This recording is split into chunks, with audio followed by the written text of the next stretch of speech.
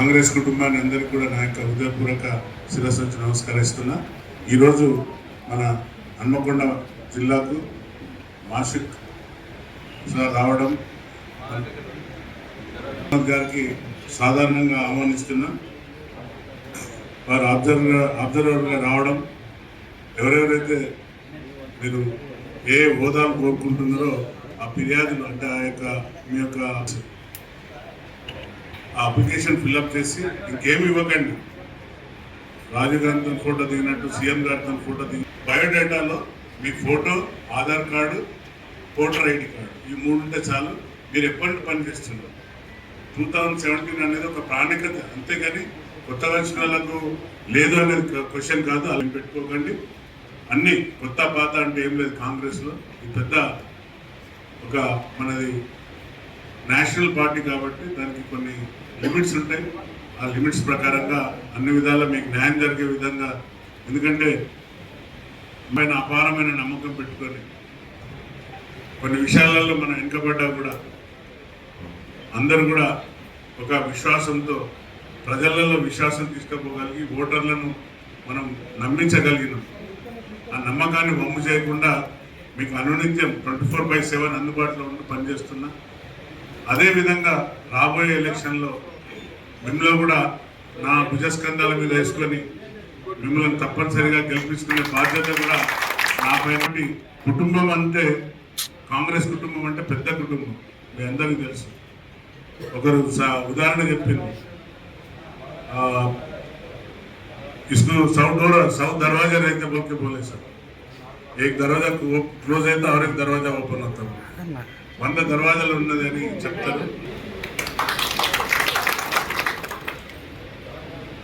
So ఇలాంటి కాంగ్రెస్ ప్రభుత్వంలో నేను చేరడం అంటే నా పూర్వపరం కూడా చెప్తాను. కొంచెం అంటే సార్కు రాజకీయంలో సంబంధం లేదనుకుంటున్నారేమో. నేను స్టూడెంట్ ఆర్గనైజేషన్లో ఎన్ఎస్యూలో పనిచేసిన బొద్దిరెడ్డి ప్రభాకర్ రెడ్డి నేను. కాకపోతే చురుకైన కార్యకర్తను కాదు, ఎక్కువ స్పోర్ట్స్లో ఉండట్లా ఎక్కడ కూడా మీకు పరిచయం లేకపోవచ్చు. కానీ బొద్దిరెడ్డి ప్రభాకర్ రెడ్డి టీంలో నేను ఉంటుంది. బొద్దిరెడ్డి ప్రభాకర్ రెడ్డి తెలుసు కదా. సో వారితో ఎన్ఎస్సీలో ఉంటుంది. తర్వాత చనిపోయిన మన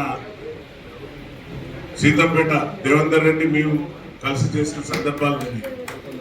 దేవేందర్ రెడ్డితో ఒక సందర్భంలో మేము కేడీసీలో చదువుకున్న రోజున ఆర్ఎస్ దాడిని తిప్పికొట్టిన సందర్భం కూడా ఉన్నది. ఆయన ఒక్కడే కొట్లాడిన సందర్భం కూడా ఉన్నాడు మా తరఫున. మేము అప్పుడు అంటే రాజకీయంలో కొత్త కాబట్టి అప్పుడు కొంచెం భయపడ్డాం, కానీ ధైర్యంగా ఎదుర్కొని నన్ను ప్రొటెక్ట్ చేసింది దేవేందర్ రెడ్డి. సో ఈ యొక్క నేపథ్యంలో నేను స్పోర్ట్స్లో ఉండట్లో मेरा पुराना हिस्ट्री बता रहा हूँ. पुलिस से वाकई बोल के मालूम सबको, लेकिन स्टूडेंट्स में भी मैं एनएसयू में था. एनएसयू में बुद्धिरेड्डी प्रभाकर रेड्डी के साथ था. कटकूरी स्वामी అని మన కొండపర్తి సోదరుడు, మీ ఇద్దరం ఒకటే రూమ్లో ఉండేది. చిన్నప్పటి నుండి అన్నదమ్ములాగా పెరిగినాం. వారు నేను ఎన్ఎస్యూలో పనిచేసినాం. సో ఇంతటి చక్కటి అవకాశం మళ్ళీ వచ్చింది నాకు.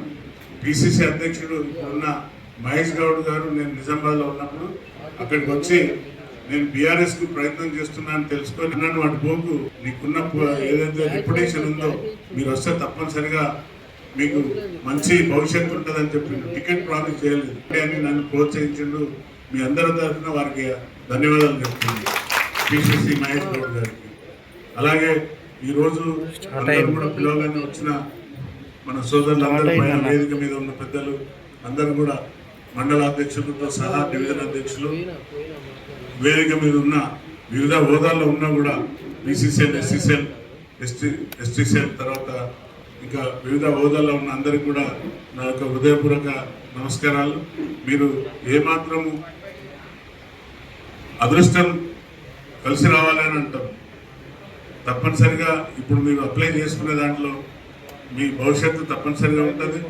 ఇప్పుడే మీరు ప్రజలతో సంబంధాలు పెట్టుకుంటే తప్పనిసరిగా రేపు డివిజన్ అధ్యక్షునిగా, ఎంపీటీసీయా, సర్పంచా, జెడ్పీటీసీయా, లేక ఏదైనా ఒక హోదా దక్కించుకునే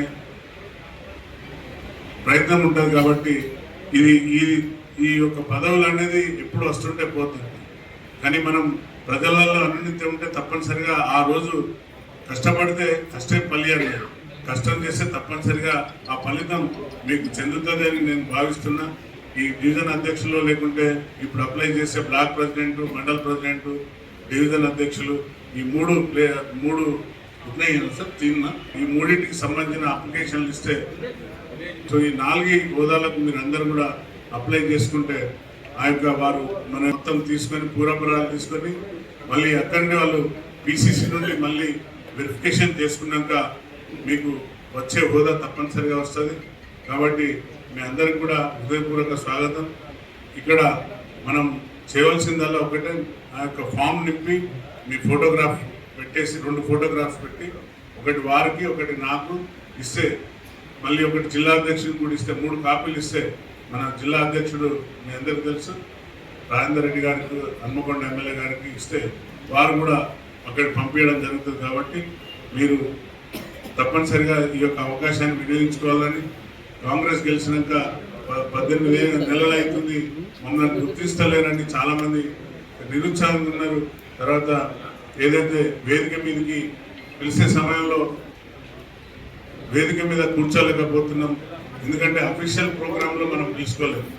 అన్అఫీషియల్ ప్రోగ్రాంలో అందరూ అట్లేం లేదు, ఏ హోదాలను కూడా పిలుచుకునే విధంగా ఉంటుంది. కాబట్టి ఈ హోదా అనేది తప్పనిసరిగా మా కార్యకర్తలకు, మా యొక్క నాయకులకు రావాలని నేను కోరుకుంటున్నాను మనస్ఫూర్తిగా.